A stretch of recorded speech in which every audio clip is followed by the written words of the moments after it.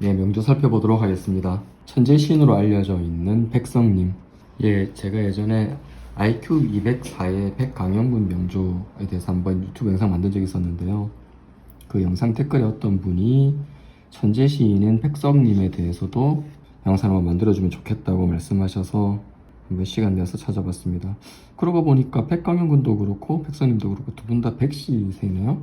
같은 백시 중에서 천재들이 많이 나왔나 봅니다. 지금 검색하면 나오게 되는 정보는 1912년 7월 1일로 되어 있는데요.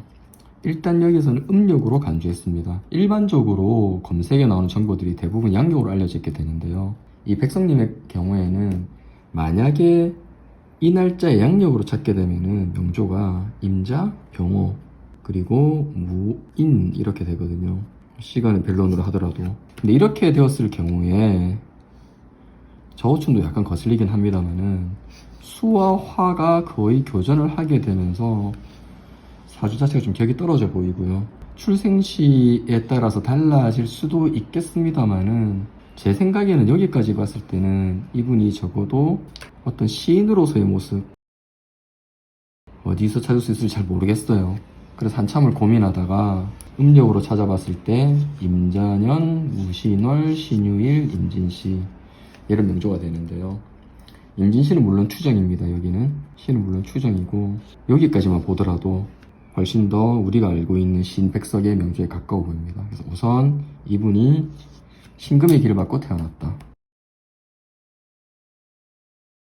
아시다시피 여러 번 말씀드렸는데 이 신금 자체가 상당히 깔끔해요. 완벽주의적 성향이 있고요. 그래서 음의 속성이거든요. 연약하지만 좀 까탈스럽기도 하고요. 좀 뽐내는 걸 좋아하는 성향이 있어요. 특징입니다. 뭐 좋다 안 좋다 장점 단점을 말하는 것이 아니고, 그래서 흔히 이제 뭐 보석 같은 것에 많이 비유하기도 하는데요. 뭐 크게 틀리지 않은 비유 같긴 해요. 그렇게 생각하게 되면 이제 1차적으로는 이해는 쉬워도 나중에 생각을 확장시키는 좀 어려움이 있어서 음양오행적 설명으로는 이렇게 어떤 사물에 비유하는 것을 썩 반기지는 않으나 뭐 이렇게 생각하셔도 신금의 특징을 이해하는 데 있어가지고 크게 나쁘진 않은 것 같아요. 그리고 또 이분이 보면은 일지에도 유금이 있어가지고 신유일에 태어났거든요. 태어난 날이 전부 다 금으로 구성되어 있는 거죠. 그래서 천간과 지지가 같은 간여지동의 사주다. 간여지동에 여러 가지 의미가 있지만 아래 위로 금이 단단하게 서 있기 때문에 일단 자존심이 상당히 강합니다. 자존심이 높고요.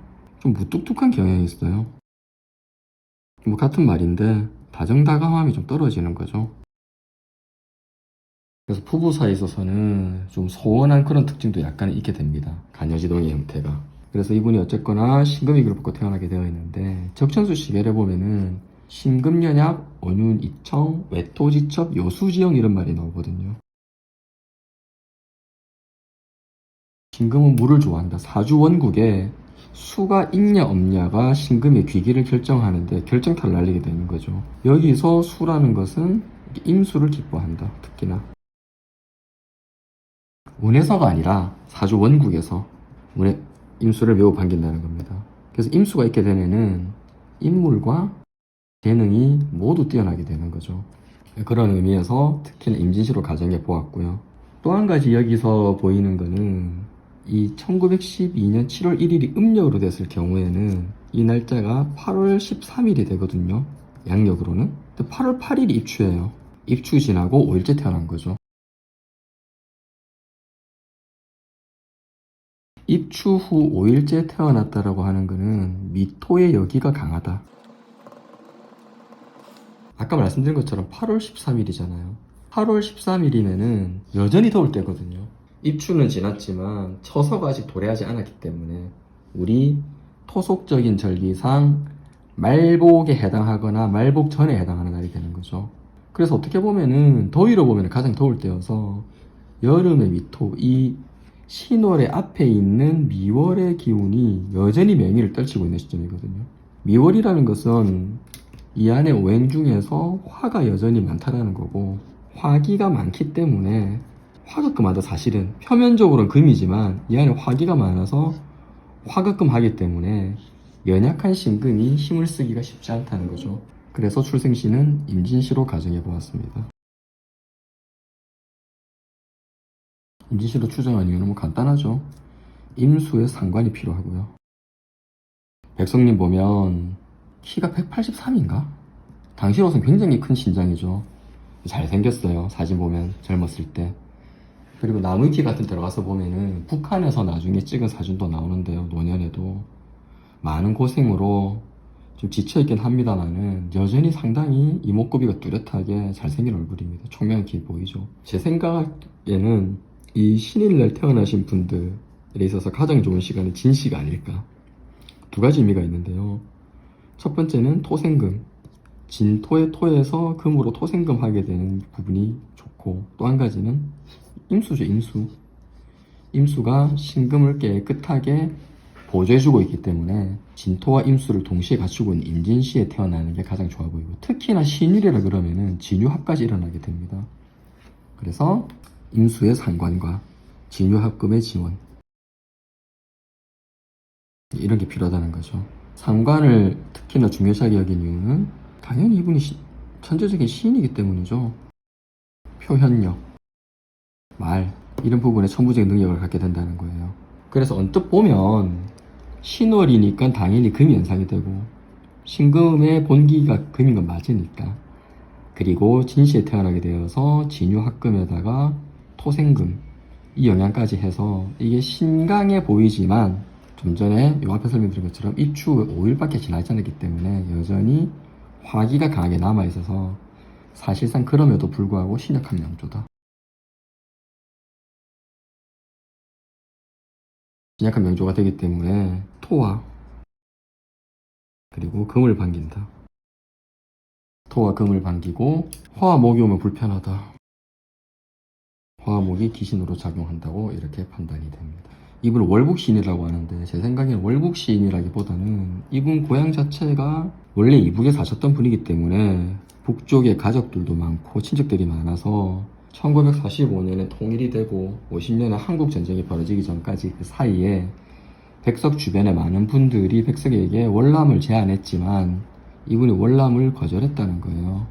이 중에 하나가 조만식 선생을 모셔야 되기도 하고, 자기 가족들이 너무 많기 때문에 그분들을 다 데리고 남으로 갈 수도 없고, 일부만 남으로 갔을 경우에 남아있는 가족들이 피해를 볼 것도 두렵다.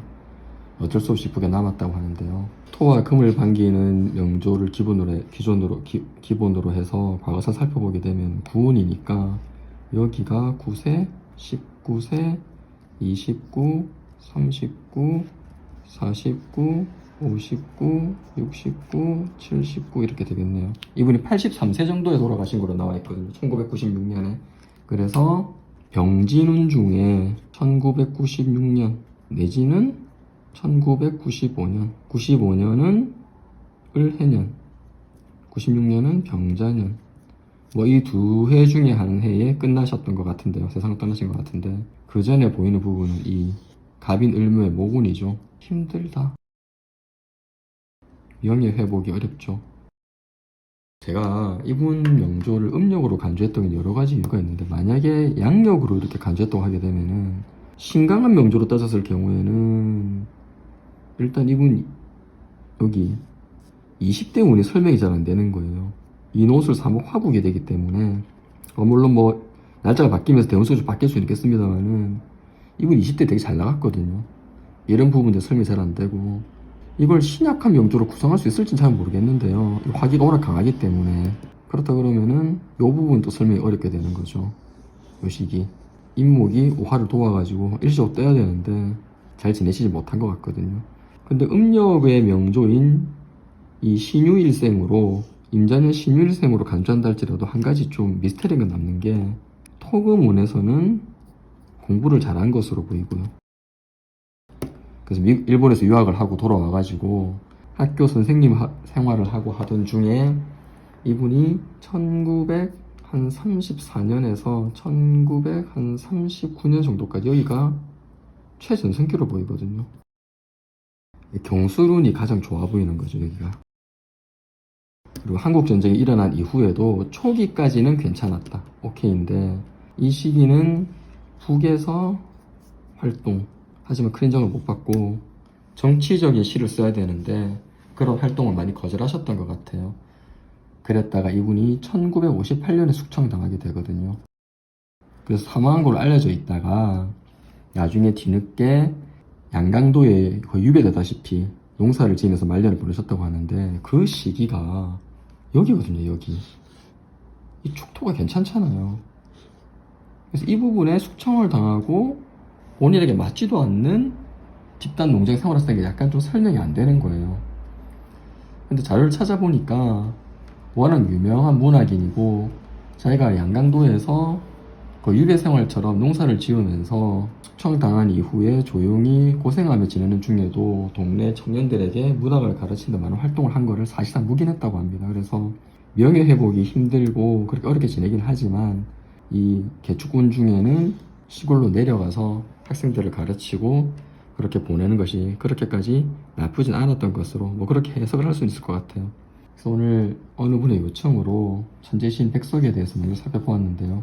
알려져 있는 생일은 음력이 맞는 것 같다. 1번은. 그리고 신유일 출생이신데 신금의 귀기를 결정하는 임진시생이 아닐까 싶고 이 수 식신상관이 이분의 천재적인 시인으로서의 역량을 많이 올려주고 있다.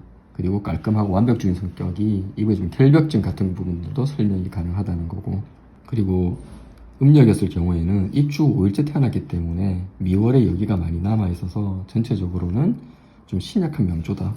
그래서 스토와 금을 반기는 운으로 초반이 좋았고 그 중에 특히 대운에서 토음을 만난 경술운이 가장 반가운 시기였다. 그리고 수충을 당한 이후에는 크게 명예 회복을 하기 어려운 그런 운으로 추정이 된다. 네, 여기까지로 해서 오늘 영상 마치도록 하겠습니다.